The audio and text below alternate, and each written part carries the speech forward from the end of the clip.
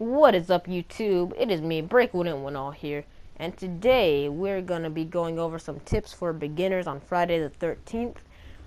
This video is not meant towards higher levels, obviously, like in the title it says for beginners. So if you're a level 63 or an experienced player, you really shouldn't be watching this. This video is not meant for you, but you still can if you want. No one's stopping you. So yeah. One more thing I wanted to point out real quick is that this is part 1 out of 2. Part 1 will be about the counselors, weapons, and escape routes. Part 2 will be about playing as Jason Voorhees. So yeah. Other than that, I hope you enjoy, and let's get right into this video. So the first thing you want to do is check your surroundings right when you spawn. If you spawn next to a cabin or the big house, then amazing. You're one step closer to surviving the match. Now, what you want to do is loot out the whole place, open every cabinet, open every dresser, try and find some good items, like the pocket knife. If you have the pocket knife, you're another step closer to surviving, because that thing is a literal lifesaver. If Jason picks you up, your counselor stabs him automatically, and you get a stamina boost since you broke out of his grab. Now, you obviously want to find a good weapon. The weapons vary, whether it's a pipe wrench, a machete, a baseball bat, an axe, a plank, a branch, a pot and a pan, a shotgun, and a flare gun. Now, all the weapon stats vary, but flare gun and shotgun, if you shoot Jason with it, it's at 100% chance to stun him. But if you shoot Jason with a shotgun, the stun lasts longer, which it's really helpful in some situations. Now back to the weapon stats. The higher the stun bar is, means the better chance of stunning Jason. The higher of the damage bar means that the better chance of you knocking off Jason's mask, which you need to do in order to kill Jason. And the higher the durability bar means that how many times you could hit Jason before your weapon gets broken. So now that you know about the weapons, it's about time we get into more tips for survival. Now, what I'm going to be talking about is other counselors. Now, you want to make sure you pair up with other counselors.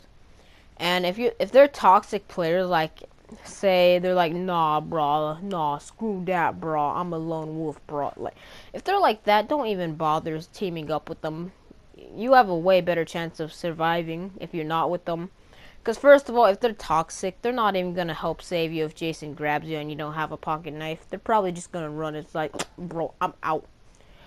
But yeah, you want to find those good players to team up with. Another tip is team cooperation. If you have like good communications with your teammates, that is just amazing in this game. This game is all about communication. And yeah, what you want to do is you want to group up with them, obviously, and you want to like make up a plan. Just be like, yo, we need to find parts to build the car, we need to find the fuse to call the police, or we need to find the motor to build the boat. And you could, if you do those things, you could escape with the 4-seater, the 2-seater, the boat, or the police.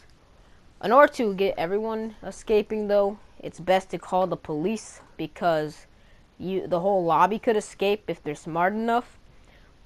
The 4-seater, which is the blue car, can only hold 4 people, like in its name, the 4-seater. 2-seater, it's pretty straightforward. It could only hold 2 people. The boat, I'm pretty sure it could only hold 2 people as well, which is weird because it has 4 seats. But yeah, just make sure you think about that when you're teaming up with your teammates.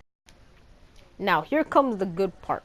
It's obvious that Jason's going to be coming after you, and you're going to be on the run 24/7 if you are one of the last ones left. You're going to need to know how to fight off Jason Voorhees. So pretty much, there's a thing called combat stance. If you click R3, and this is PS4 controls because I don't know what the PC and Xbox controls are. If you click R3, you could go into combat stance. Now, combat stance helps if you want to break his mask off or knock it off, because all you got to do is press R3, look up at his mask, and hit it repeatedly. So obviously you can't break it off when he's already stunned, but it's just easier that way. So pretty much with combat stance, you could hit, obviously. You could actually block, which I barely learned this like maybe 2 weeks ago, which this is really good information for beginners. Because if you are in combat stance and you hold down R1, your character actually goes in the defensive position to where he could block Jason's hits and throwing knives. You cannot block his grab though. And you also need a weapon to go in combat stance. You cannot fight Jason with your fist. It's not in the game, which it'd be pretty stupid if it was, because that wouldn't work out whatsoever for anyone. But yeah, you need a weapon in order to be in combat stance. You cannot go in combat stance with a flare gun or shotgun. If you hold down L2 to aim, is just your character cannot move at all. You just kind of stay in one spot and you can aim around 360 wherever you want to go. But yeah, you could block. You could also dodge, which all you need to do is press L2 in the direction you want to dodge, or R2 in the direction you want to dodge. Dodging is good for maybe dodging his grab. If he's trying to grab you and you dodge, if you time it correctly, then he won't be able to grab you. Now there's a little bug that I did not like. Maybe it's just there to balance some things out. But Jason could grab you if you were like 2 feet away, which I don't like. So yeah, pretty much if you dodge in different directions, you could dodge his swing or his grab. And you could also return the favor by hitting him back.